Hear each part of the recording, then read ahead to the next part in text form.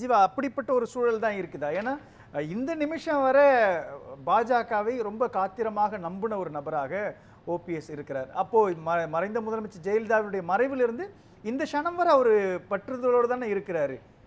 ஆனா பாஜக அவ்வளவு எளிதில் விட்டுருவாங்களா அவரை?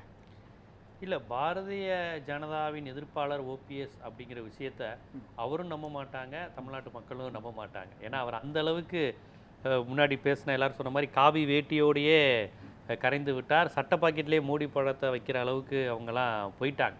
ஸோ அவங்கக்கிட்ட நீங்கள் எம்ஜிஆர் ஜெயலலிதாங்கிற கான்செப்ட்லாம் போய் ரொம்ப நாள் ஆச்சு.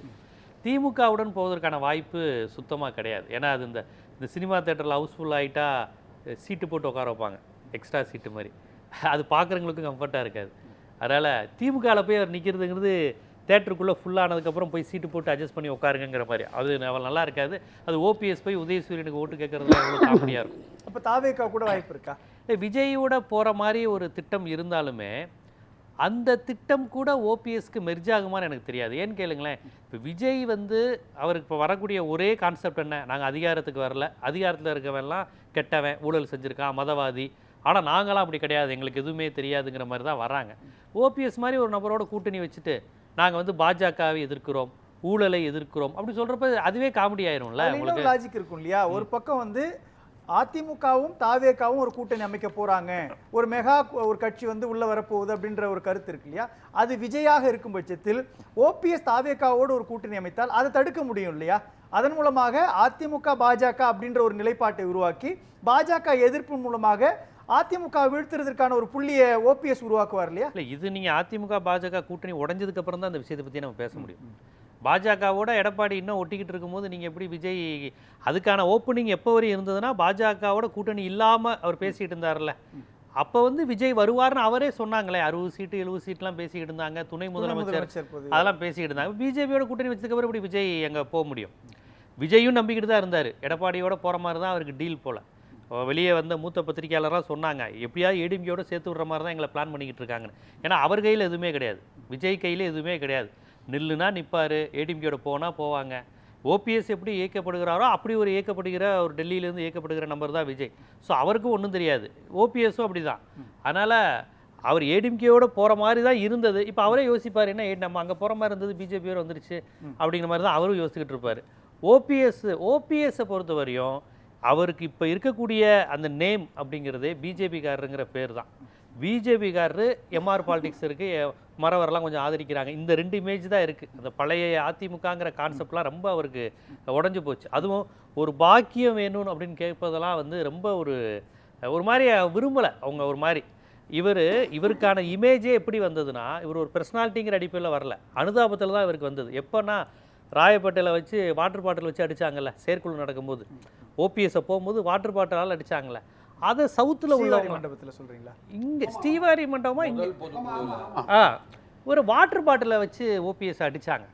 அப்போ என்னடா ஒரு அதிமுகவில் ஜெயலலிதா அம்மையாரால் அடையாளம் காணப்பட்டவர், அவர் டிடிவியினுடைய ஆதரவாளர், சசிகலாவின் ஆதரவாளர், இதெல்லாம் அதிமுகவின் அடையாளம். அங்கே இருக்கவங்க எல்லாரும் அதே இமேஜ் உள்ளவங்க தானே, இவங்கள தவிர்த்து அங்கே யார் அதிமுக? அப்போ இப்படிப்பட்டவரை அவமானப்படுத்துகிறாங்கிறப்ப அது ஒரு சாதி அடிப்படையில் நினச்சாங்க.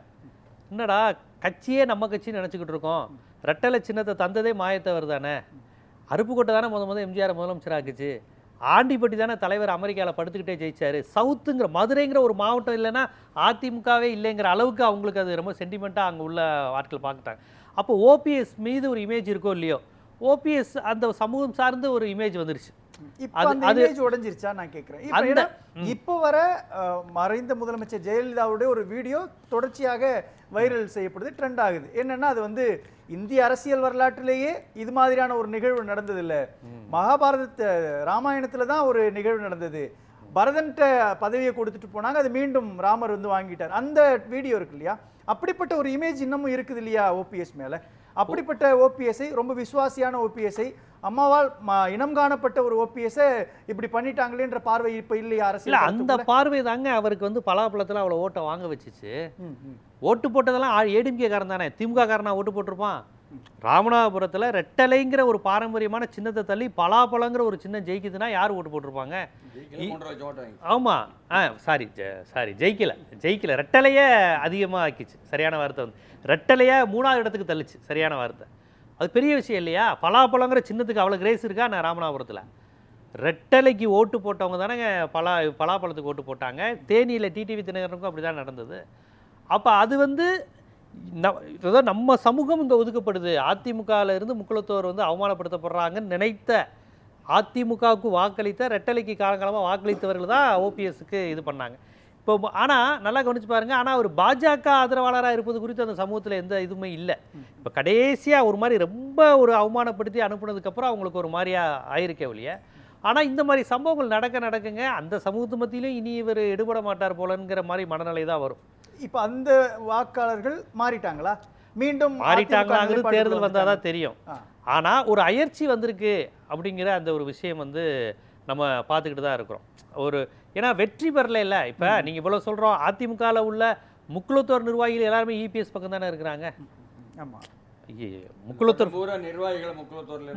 எல்லாருமே இருக்காங்களே. மணிகண்டனாக இருக்கட்டும், ஆர்பி உதயகுமாராக இருக்கட்டும், விஜயபாஸ்கராக இருக்கட்டும், இவர் செல்லூர் ராஜுவாக இருக்கட்டும், திண்டுக்கல் சீனிவாசனாக இருக்கட்டும், ஏன் தேனி மாவட்டத்தில் உள்ளவங்களே எல்லாருமே இபிஎஸ் ஆதரவாளர்களாக தானே இருக்காங்க. அது சரவணன் உட்பட.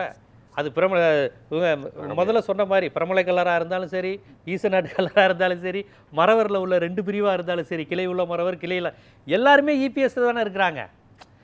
மக்கள் ஒரு ஓட்டு போடுறவங்க பழகுனவங்க கொஞ்சம் ஒரு மாதிரி அப்பா நம்மளுப்பா அப்படின்னு பார்க்குறாங்க. மற்றபடி அந்த சமூகத்தில் உள்ள பிரமுகர்கள் அப்படி தானே இருக்கிறாங்க. இப்போ சரிக்கிட்டாரு அப்படின்னு பொழுது இதுலேருந்து மீண்டு வர்றதுக்கு அவர் ஏதாவது ஒரு புள்ளியை தேடுவார் இல்லையா? இல்லை, அவர் புள்ளியை தேடிக்கிட்டு தான் இருக்கிறாரு. இப்போ எந்த எடுத்துட்டு அதுக்கான வாய்ப்பு? ஓபிஎஸ்க்கான கிரிப்புங்கிறது ஒன்று. இத்தனை ஆண்டு அவருக்கு பிறகு திமுகவில் வர்றதுங்கிறது சுத்தமாக ஒட்டாது. அவருக்கு எனக்கு தெரிஞ்சு அதிமுக ஒருங்கிணைந்த அதிமுகன்னு அந்த மீண்டும் உருவாகி அதில் அவர் திருப்பி சேரும்போது மட்டும்தான் இவருக்கான அந்த மாஸ் இதெல்லாம் மீண்டும் கிடைக்கும். அப்போ இதுக்கு வாய்ப்பு இருக்குதா? இப்போ அதற்கான வாய்ப்பு என்ன எப்படி இருக்குன்னு பாஜக தான் சொல்லணும். ஆனால் இபிஎஸ் லைட்டாக ஒரு சிக்னல் கொடுக்குறாருல, என்கிட்ட அதெல்லாம் பேசாதீங்க, நீங்களாக பார்த்து ஏதாவது மெயின்டைன் பண்ணிக்கோங்க டிடிவி ஓபிஎஸ். அதை ஆரம்பத்துலேருந்தே சொல்கிறார் இபிஎஸ். இப்போ சொன்னது மட்டும் இல்லை, அவர் எப்போவுமே சொல்கிறாருல. இப்போ தேசிய ஜனநாயக கூட்டணியில் புதுசாக வந்திருக்க இபிஎஸ்க்கு வாழ்த்துக்கள் டிடிவி சொல்கிறாரு. கவனிச்சிங்களா? நாங்கள் ஆல்ரெடி இந்த அலைன்ஸில் இருக்கோம், இபிஎஸ் தான் இடையில போயிட்டு இப்போ இடையில வந்திருக்காருங்கிறாரு. அவ்வளோ உரிமையாக பிஜேபி கூட்டணியை டிடிவி சொல்கிறாரு. ஓபிஎஸும் அதே லெவலில் தான் இருந்தார்.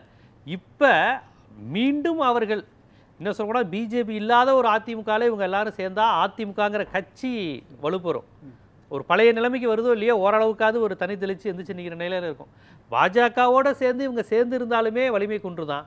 அது பாஜகவோட இபிஎஸ் மட்டும் சேர்ந்து இவங்களை விரட்டி விட்டாங்கன்னா அவங்களுடைய நோக்கம் இப்போதைக்கு அதிமுகவை சுத்தமாக சமாதி பண்ணிடுவோங்கிற நிலையில் அவங்க இருக்கிறாங்கன்னு அர்த்தம். இப்போதைக்கு ஒரு திராவிட கட்சியை டோட்டல் க்ளோஸ் பண்ணிடுவோம், விஜய் மாதிரி அடுக்கல லைட்டாக வளர்த்து விடுவோம், அந்த மாதிரி கூட அவங்க நினைக்கலாம். இப்போதைக்கு அவங்களுக்கு திமுக விஜய் மாதிரியான தாவேகா கட்சியை வளர்த்து விடணுன்றப்போ அதற்கு சில பாயிண்ட் வச்சிருப்பாங்க இல்லையா? அதுல ஓபிஎஸ் மாதிரி ஆட்களை கடைசியா நீ வேணா அங்க வேணா போய் நின்னுக்கோப்பான்னு வேணா அந்த மாதிரி அட்வைஸ் பண்ணுவாங்க. ஏன்னா அவர் இன்னும் எனக்கு தெரிஞ்ச அந்த முகாம் கட்டுப்பாட்டுல இருந்து அவர் வெளியே வந்த மாதிரி தெரியல. விஜயோட போனாலும் அதே அலைன்ஸ் தானேங்க. உங்களுக்கு திமுக எதிர்ப்பு ஓட்டு தானுங்க. திமுக எதிர்ப்பு பேசுகிற கட்சி வலுப்பெறணும். திமுக அதிமுக இல்லாத இன்னொரு கட்சி உருவாகணும், அது பாஜக. திமுகவுக்கு போட்டி பாஜகன்னு தமிழ்நாட்டை உருவாக்கணும். மற்ற எல்லா மாநிலத்திலையும் ஒரு தேசிய கட்சி ஒரு மாநில கட்சின்னு இருக்குது, இல்லைனா ஒரு இந்துத்துவா கட்சி ஒரு காங்கிரஸ் கட்சின்னு இருக்குது. ஆனால் தமிழ்நாட்டில் மட்டும்தான் ரெண்டுமே மாநில கட்சியாக இருக்குது, அதுவும் மாநில உணர்வு பேசுகிற திராவிட கட்சியாக இருக்குது. ஒரு திராவிட கட்சியை அடியோடு அழிக்கணும். இப்போ பாரதிய ஜனதாவின் நோக்கம் திமுகவை தோக்கடிக்கிறதா? கண்டிப்பாக கிடையாது. அதிமுகவை அழிக்கணும், அந்த இடத்துக்கு பிஜேபி வரணும். நேரடியாக நமக்கு இந்த மதவாதம் முஸ்லீம் விருப்பம்லாம் இருக்கிறதுனால இந்த விஜய்னு ஒருத்தரை கூப்பிடுவாங்க, அவர் கொஞ்சம் வலுப்பெற்றால் கூட போதும்.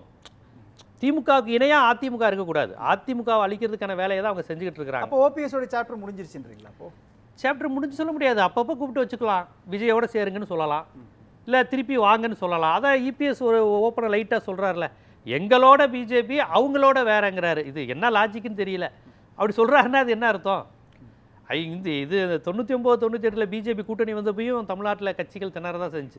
நாங்கள் திமுகவோட உள்ள தேசிய ஜனநாயக கூட்டணியில் இருக்கிறோம், நாங்கள் திமுகவில் இருக்கிறோம், ஆனால் திமுக பிஜேபியில் இருக்குது, இந்த மாதிரிலாம் சொன்னாங்க. 2001 சட்டமன்ற தேர்தலையும் விடுதலை சிறுத்தைகள் மாதிரி கட்சிகளுக்கெல்லாம் நாங்கள் திமுகவோட இருக்கோம், பாஜகவோட இல்லை அப்படின்னு பதறிக்கிட்டு. எப்போ பாஜகவுடன் திமுகவோ அதிமுகவோ கூட்டணி வச்சாலுமே அவர்கள் பதறிக்கிட்டு எதையாவது ஒன்று சொல்ல வேண்டிய நிலை வந்திருக்கு. அதே மாதிரி அது எடப்பாடிக்கே அப்படி ஒரு நிலை வந்திருக்கு. அதுதான் உண்மை. பாஜகவோட கூட்டணி வைக்கிறதை ஒரு வெக்கப்பட்டும் சொல்ல பயந்துக்கிட்டும் தயங்கிக்கிட்டும் இருக்கக்கூடிய நிலை இருக்குது பார்த்தீங்களா? இது அந்த கட்சிகளின் தோல்வியாக இருக்கலாம், ஆனால் தமிழ்நாட்டினுடைய வெற்றின்னு தான் அது நினைக்கிறேன்.